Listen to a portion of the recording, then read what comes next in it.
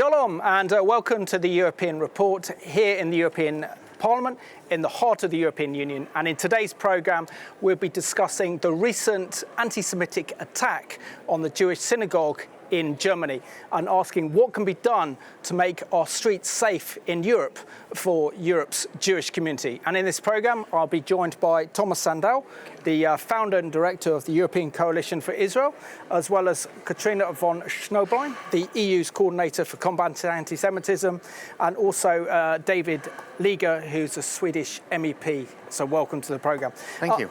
Thomas, I'll start the programme with you. It's great to have you back on the programme. In what is a very important programme. So I'm going to ask you, can you share with us your recent mission that you took on behalf of ECI in Israel in the United Nations General Assembly in New York? Thank you, Simon. I know it's a sobering time that we are living in, so I'm happy to at least start on a quite uplifting note. Because I would say that our recent mission to the UN during the high-level week of the UNGA was unprecedented in many ways. And I think this can be shown just in a number of meetings we had for government leaders from 4 different continents, discussing how we can make the UN a more friendly place for the state of Israel. And obviously, during the time we were there, also Yom Kippur fell during this time. And as you know, since a number of years back, this is now a holiday recognized by the UN. So, but this so-called Yom Kippur coalition that we've been busy building up over the years consisted originally of 70 nations, but now it's expanding in a very particular way. And I think it was symbolic in a way for the week that the foreign minister of Bahrain was given an award for being such a great friend of Israel and the Jewish people. And we know that at the same time, the King of Morocco is building a Jewish museum in Morocco. Amazing. So this is in many ways an unprecedented, perhaps it is a window of time, I don't know. But what it does, of course, is that it strengthens the position of Israel in the international arena. And we are very happy to play a little part just as a non-Jewish organization to push that process forward. Fantastic, thank you. And David, warm welcome to the programme. It's not every day that we have a Paralympian on the programme and a world record holder. So congratulations. And, thank you so much. Congratulations. Old merits. It was 20 kilos ago. But, well, you can't take the medals away. So which is wonderful. And also, you've been newly elected to the European Parliament in May. So congratulations on that. But the issue of anti-Semitism is a personal one for you, particularly what happened to your grandparents during the Second World War. Can you share with us a little short story of the plight of your grandparents, which is so typical of so many European Jews? Yes, of course. Since the Jewish identity is so important to me because it's been with me all my life, I would say that my Jewish identity is larger than my identity as a disabled person because it affects me in so many different ways, even though I'm not religious. My grandfather was born in Grudziądz in Poland in 1915. And when the ghettos started, he fled to the former Soviet Union, and he managed to find my grandmother there, and they married, came back to Poland after the Second World War. And then when anti-Semitism rose again in the late 1960s, they felt compelled, they were forced to flee again and fled to Sweden.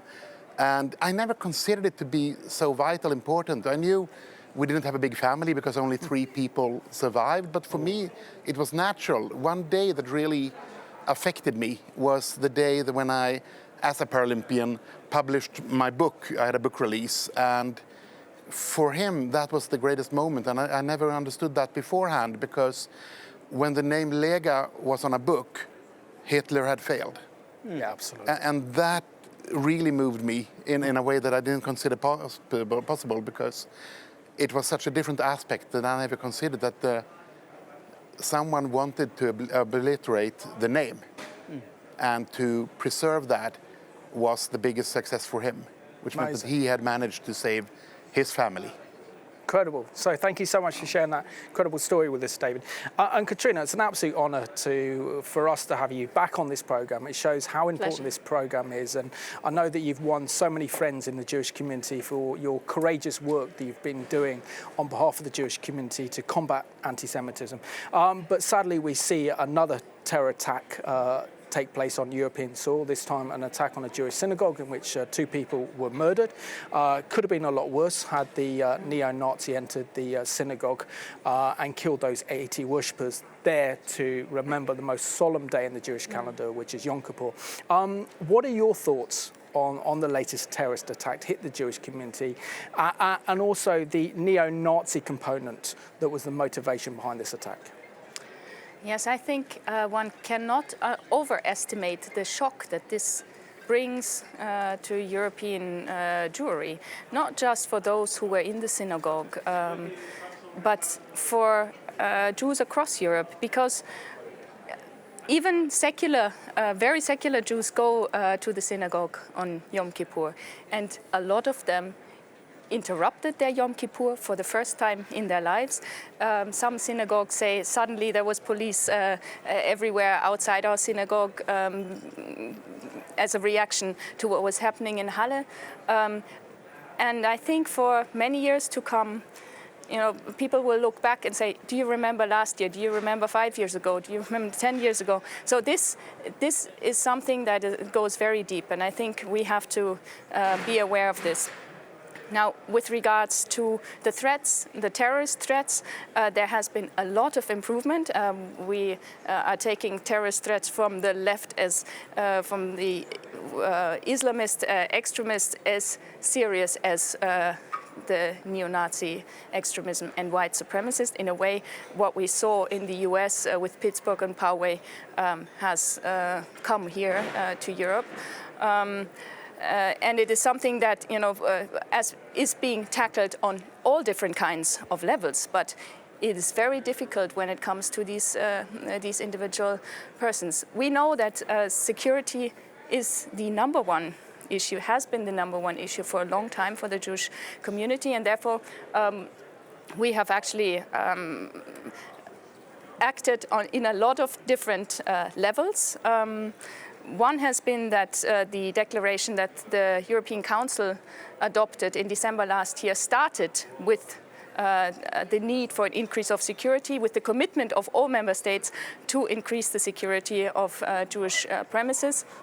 We then held a meeting in June where we brought together, and in some cases even for the first time, authorities from the member states with Jewish representatives of that member state to discuss their specific security situation and to ensure that there were going to be common risk assessments, that it's not for the Jewish community to pay for their own security, but it's a responsibility of the state. So this is something that we have taken very seriously, and actually on the day, one day after the attack, we issued a letter to all member states urging them to really step up to their commitment made in the declaration, namely to secure their Jewish communities. Excellent. Thank you for giving us an update on this situation.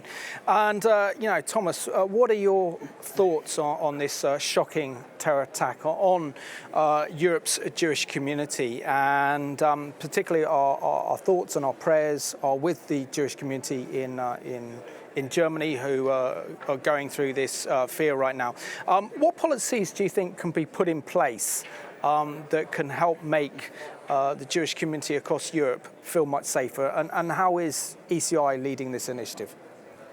Well, first of all, I also want to express my shock, just as my colleagues here. I think for me what was perhaps even most disturbing, and I know I perhaps shouldn't say so, but the fact that it was a neo-Nazi attack. I perhaps have been among those who have downplayed the threat of physical violence from the extreme right.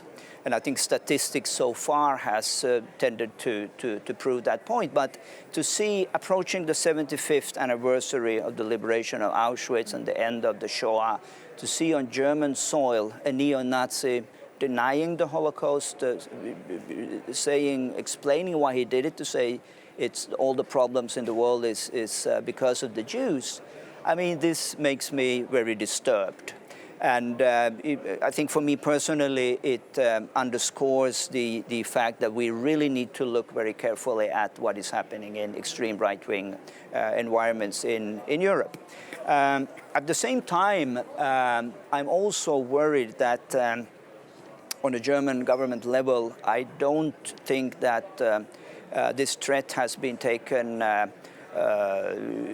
really seriously. And I had a discussion just in the month of June with the president of the Bundestag, where he basically dismissed any existence of anti-Semitism in Germany.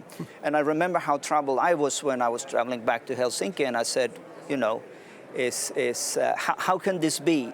And I think we have a tendency sometimes as Western intellectuals to redefine an anti-Semitic attack to being a mental disorder. So we say, well, whoever would have anything against a Jewish person and attack a Jewish person is mentally is a person with a mental disorder.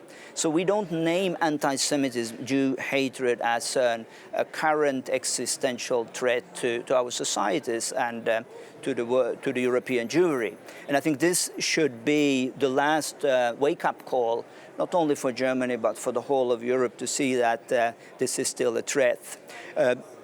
Also to add that when we put this into context, we have to look back just a few days in Berlin before the Halle attack. And we saw that there was a similar attempt to break into a synagogue, this time by a perpetrator with a different background. But nevertheless, I think what happened afterwards is quite remarkable, that he was, of course, arrested, but he wasn't charged with any offenses. So having, and I'm not going to repeat exactly what, according to media reports, he was shouting outside of the synagogue, but I think this is something where we need to much more stronger on hate speech and what is tolerable. Can we 75 years after the Holocaust, can we still publicly be out on the street and call for the killing of Jews? My answer is no. Excellent. Very good response to that one. Thank you, Thomas. And David, if we look at statistics, during the past 3 years, Britain itself has reported the highest number of anti-Semitic instances on record. France, which has the biggest Jewish population across Western Europe, has had a 74% increase in anti-Semitic acts between 2017 and 2018. In Germany, there's been a 19% increase. Can you share with us the current situation in Sweden regarding anti-Semitism and what your government is doing to try and combat it? Yes, of course. I would say that our government is too weak in these issues. Have been so for several years now. We measure statistics in a different way in Sweden, so it's hard to compare the measures. But I brought some numbers which are very high, and some of them are good that they're high, and some of them is really dangerous that they're high. I mean, in Sweden, 81% of people see anti-Semitism as an issue, and that is higher than the average of Europe, and that is good, naturally. And 79% of people in Sweden believe that Holocaust denial is a problem in our country, and that is also higher than the average, so that is good. But a number that is alarming is that 85% of people in Sweden say that the conflicts in the Middle East have an influence on their perception of Jews in our country. And that is also one of the highest values in Europe, which makes it dangerous as well. So the government needs to, they adopted an action plan, but they also need to implement it and make it more specific than it has been before. They have 14 key points in the action plan. 7 of them are education-based, which is, I mean, naturally it's important to see this as a long-term thing as well, but these things happen now. I'm guessing that everyone is aware of the situation in Malmö, in Sweden, where threats and attacks force Jews to abandon their homes and move elsewhere. We had in the 1970s 3,000 people living and being active in congregations in the Jewish society in Malmö. 3,000 that went down now to 380, which is a horrible number. So horrible that President Barack Obama a few years ago sent his special envoy there as well to identify the situation. So we are too weak in Sweden in these issues. And Katrina, the Jewish community across Europe, considering the latest terrorist attack to hit European soil, which was the Jewish synagogue in Germany, there is fear and there is alarm. What message do you have for Europe's Jewish communities to kind of reassure them and to give them hope that the EU is actually bringing about positive measures that will actually protect them and give them the security that they desire? Well, I have to say, behind all our initiatives has been the idea that we want to see a future for the Jewish community here in Europe. We want to see vibrant Jewish life. We want to see open Jewish life, and a sort of a normalization of the situation.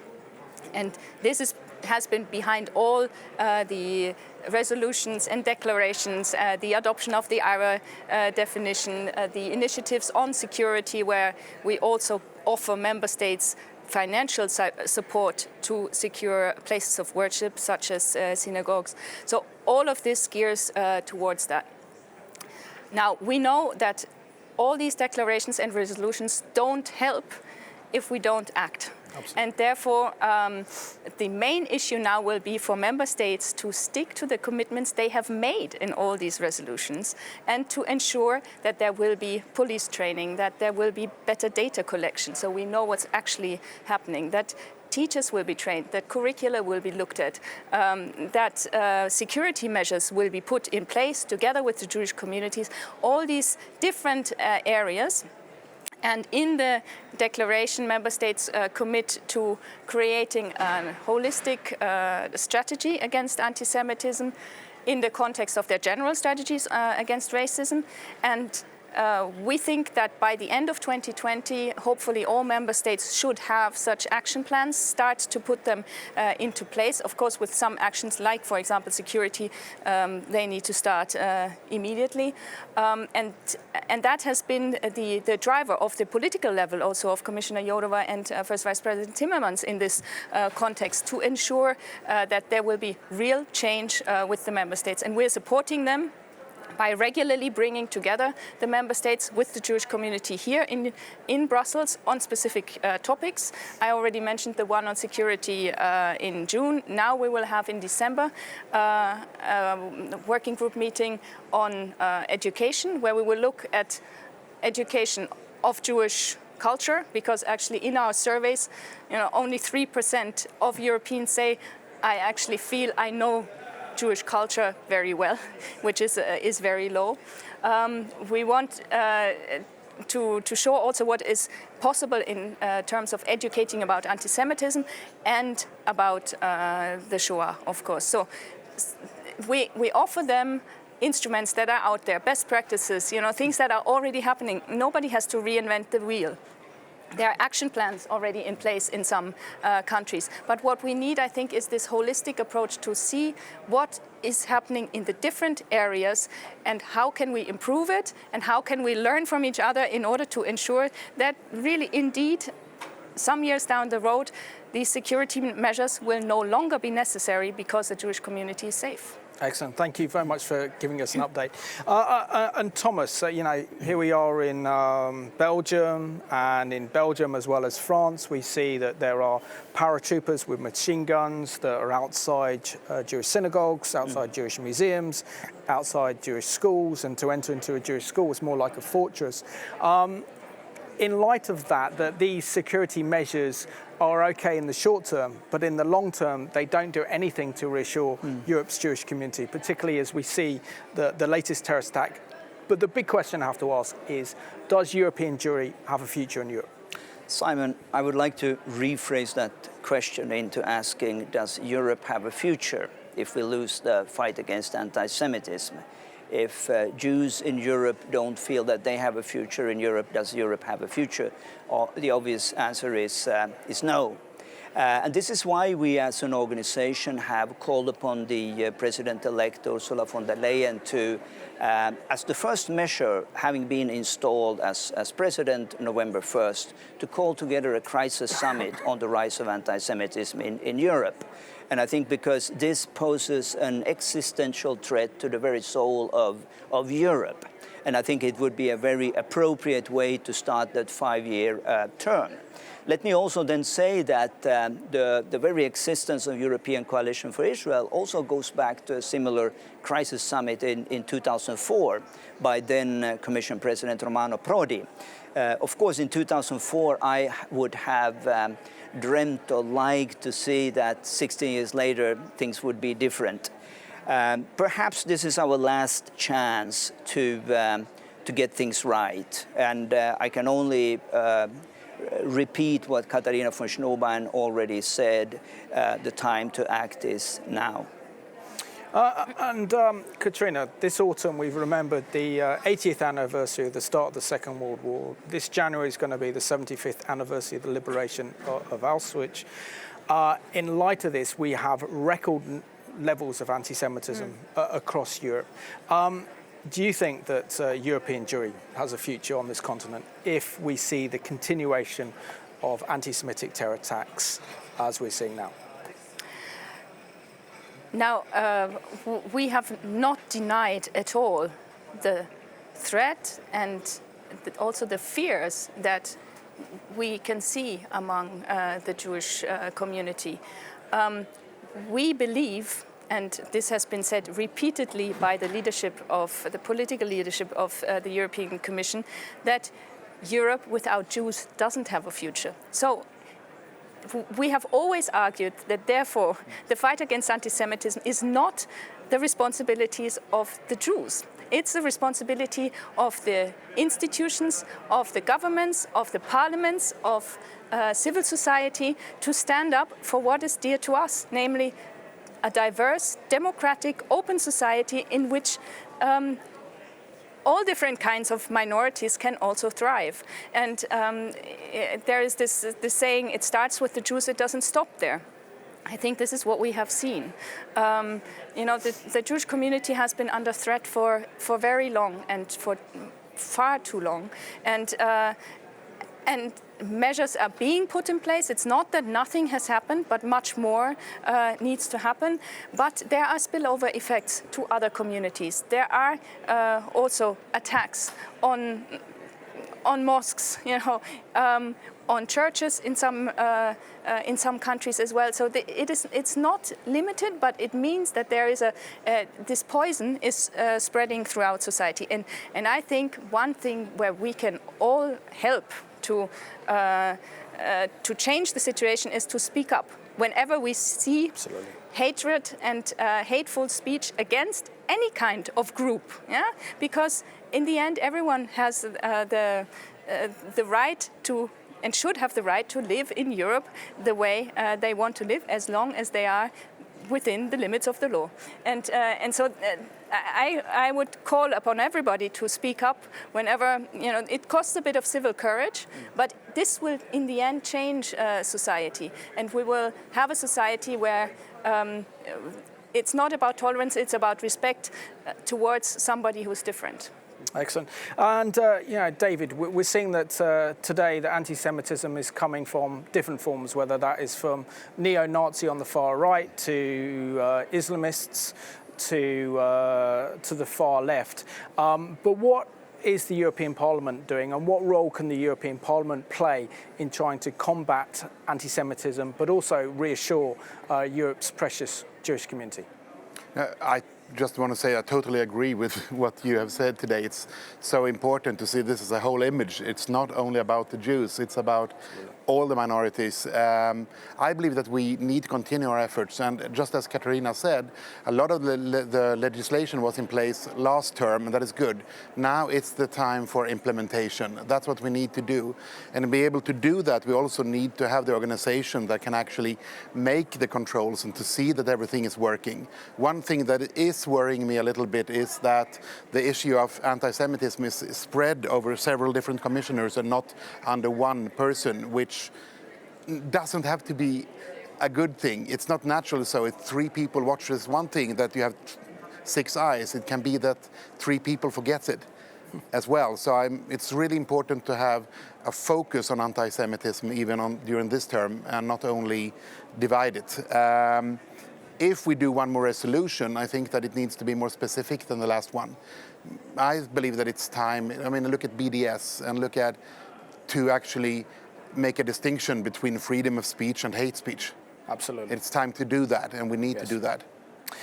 David and Katrina and Thomas, thank you so much for being my guests on today's European Report, and thank you for all of you for what you're doing to combat the world's evil, the most evil hatred, which is anti-Semitism. And I just want to thank you for watching today's European Report here in the European Parliament. Anti-Semitism consumes society, it destroys society, and that's why it's imperative that the European Union and the EU member states do everything they can to protect Europe's Jewish community from anti-Semitism, from fear and intimidation, because without Europe's Jewish community, there can be no future for Europe. So thank you for watching today's European Report. Alfa, Omega.